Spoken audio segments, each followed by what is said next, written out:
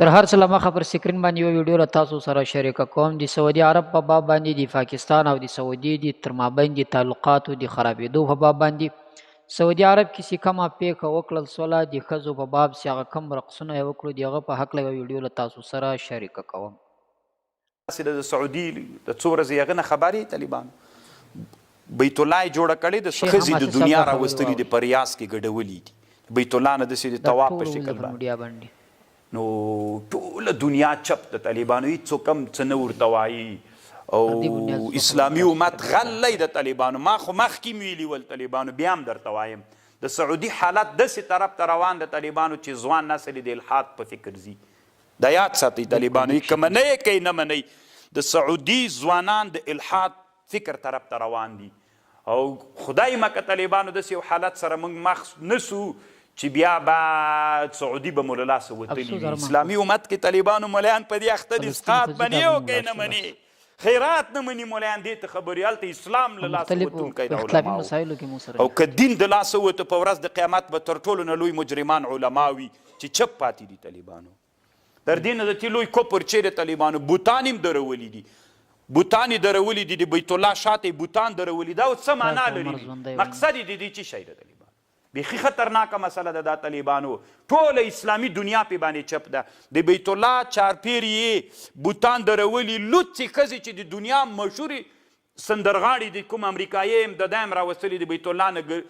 دغه جعلي بیت الله یې چې جوړه کړې ده مقصد د دې اوس څه شی ده موږ نه پوهېږو چې د دې هدف څه شی ده ولې اسلامي امت چپ ده ولې د اسلامي امت ویندویانو خبریالانو اسلامي حکومتونه چپ دي چې دا اوس څه معنا لري ما ته جواب راکړه څه معنا لري چې تا دا کار وکړه الله دې رحم وکړي طالبانو که اسلامي امت کې علما هم داسې چپ پاتې سول دا بعیده مه بلئ چې کاپیران دې موږ داسې وکړي دا وارې مو دې داسې وځپي فکري مزپي کله چې فکري د موږ له لاسه ووتل بیا مولا والا په دې ستوني دې په قدر کېږدي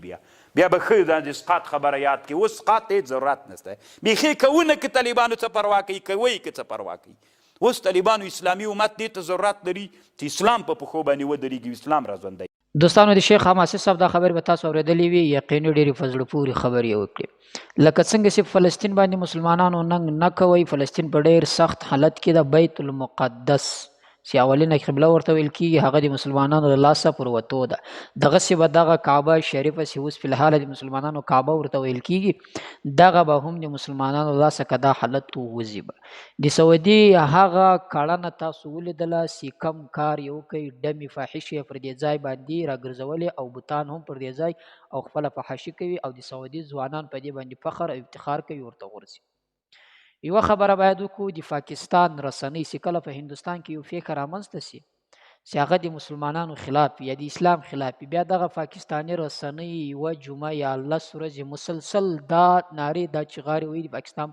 د هندوستان په خلاف باندې چې هندوستان له مسلمانانو سره ولې داسې ظلم وکړي ولې یې ها وکړو ولې یې دا وکړو خو نن د سعودي عرب پر دغه کړنې باندې پر دغه ناروا باندې چې د اسلام خلاف د شریعت خلاف د مسلمانانو خلاف یو داسې کار یې کړی چې د مسلمانانو زړونه پرې دردېږي پر دې باندې خاموش پاته ده. ولې په څه خاطر په دې خاطر باندې چې زموږ تعلقات بیا له دوی سره خرابېږي. دا 13 ورځ چې هم کومه د عمران خان مېرمن ده یو خبره یې کړې چې باجوه ته له هغه ځای څخه وویل سول ټلیفوني رابطه ورسره وسوله چې له هر هېواد څخه وو دا یې ورته وویلې چې تاسو سعودي عرب ته داسې کس رالیږلی دا چې موږ خو په دغه هېواد کې داسې سړی غوښتې چې هغه شریعت ختم کړي خو تا داسې کس راولږئ چې هغه لوڅې پښې په بیت الله شریفه لوڅې پښې د مدینې منورې پر مځکه باندې ګرځي دا خو د اسلام یو غمخواره دا خو شریعت راولي موږ خو تاسو داسې کس راوستل فکار و چې تا راوستلی و چې هغه د شریعت خلاف کار کوئ. نو دغه یوه خبره باندې د پاکستان رسنۍ ګرځي دا 2 ورځې مسلسل دا وایي ولې داسې خبرې کړي دي بشرا چې کومې خبرې کړي دي د عمران خان چې کومه مېرمن ده داسې دې خبرې کړي دي نو دا به د سعودي عربو د پاکستان پر تعلقاتو باندې تاثیر واچوي څه تاوان به وکړي دا نقصان به وکړي چې دوی به موږ ته قرضه نه راکوي دا نقصان به وکړي چې د پاکستان او د سعودي عرب تر مابین تعلقات خراب کړل شي بیخي د خراب شي له دا رقم بزدل هیواد سره چې نه د اسلام په ګټه وي نه د مسلمانانو په ګټه وي دا هیواد مو څه کوو د دې تعلقات مو څه کوو د دې ګټې مو څه کوو. تاسو ګوري هغه پاکه مځکه چې رسول الله صلی الله علیه وسلم له هغه ځمکې څخه بت پرستي ختمه کړه د ابوبکر صدیق صاحب په دور کې ختمه کړه حضرت عمر صاحب دور چې هغه ختمه کړل. حضرت عثمان حضرت علي ډېر ټولو بت پرستي له دې ځای څخه د بدن په وینه باندې ختمه کړل. شریعت یې راوستی، کوشش یې کوئ چې نن یې تر ما او تا له هغه ځمکې څخه دین راورسوئ، خو اوس له هغه ځای څخه ټولېږي. افسوس د دې عربو د حکمرانانو، افسوس د دې عربو پر ځوانانو باندې، ولې د دې په خلاف باندې आवाज نه اوچت کوي، ولې د دې په خلاف باندې راپورته کېږي نه، ولې هیڅ نه وایي. زه به تاسو ته یوه خبره وکړم. ګورئ امریکا چې کله داسې کړنې کوي، ګورئ په سعودي عرب کې چې کم کار سوی دا د سعودي د باچا د حکمرانانو په خوښه د امریکا د خوشحالي لپاره، د امریکا د $2 لپاره. خو امریکا په دې کې څه ګټې ویني؟ ګوري امریکا په دې کې ډېرې ژورې ګټې دي. هغه دا ګوري کله داسې هم یو وخت د رسول الله په وخت کې هم، داسې هم یو وخت و د صحابه کرامو په وخت کې هم چې له دغه ځای څخه به پر کفارو باندې بادشاهي کېدله. کفار به په هغه زمانه کې پر دغه ځمکه باندې به طور غلامان استعمالېدل. کفار به پر دغه ځای باندې که چیرې مسلمانانو ته په هغه وخت کې چې د شریعت مطابق یو فیصله وه، ټیکس به ورکوئ، که یې هغه نه ورکوله مسلمانان کېدو به، که مسلمانان کېدلو نه جنګ ته به تیارېدل. یعنې داسې اوس دوی خپلې مرضي ته نه و خلاص. له دوی څه هغه نیولې ځمکې مسلمانانو ونیوې، دوی یې واخیستو، ځکه چې کفارو سره جګړه وه، جهاد و، د کفارو څه شان صفته کېدل د مسلمانانو ته غنیمت و، په خپل مابین کې سره تقسیمول. خو هغه د دې په ولکه کې راتلو کفارو ته ډېر زور ورکوي، له دغه ځای څخه مسلمانانو په یو اتفاق باندې اخیستل، پرېښودل نه خالد بن ولید پرېښودل، نه دغسې نورو صحابه وو هېڅکله پر دې ځمکه باندې نه پرېښودل. نو د امریکایانو هغه یو ارمان فاته چې زموږ نیکونه یې له دغو ځای څخه څنګه په بېدردي سره شړلي دي، څنګه یې د ځان غلامان جوړ کړي دي. نو راسه په جنګ خو یې نسي جنګټلی، نو راسه د ذهني د فکري جګړه ورسره شروع کړه، رفوی ورمخته کړه، دا خلک د رفو په مقابل کې د ځان غلامان جوړ کړه. پر هغه ځمکه چې پخوا زموږ بوتان پراته وو، پر هغه ځمکه باندې چې پخوا موږ خپله بت پرستي کوله، هغه خپل عبادت چې دوی په مذهب کې ده، د دوی په کفارو کې ده،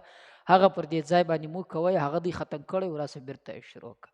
هغه ناروا چې پر دغه ځمکه باندې دوی کوله پخوا زمانه کې چې هغه مسلمانان دوی په مقابل کې درېدلو، فیصه اخیستلو، خو نن یې بیرته شروع کړه. هغه ارمان دوی پوره کوي، هغه خپل تاریخ را ژوندی کوي، هغه خپل هغه څه چې د دوی پر پلرونو باندې، د دوی پر نیکونو باندې مسلمانانو باچي کړې ده، به طور غلامان یې استعمال کړي دي او تر ځان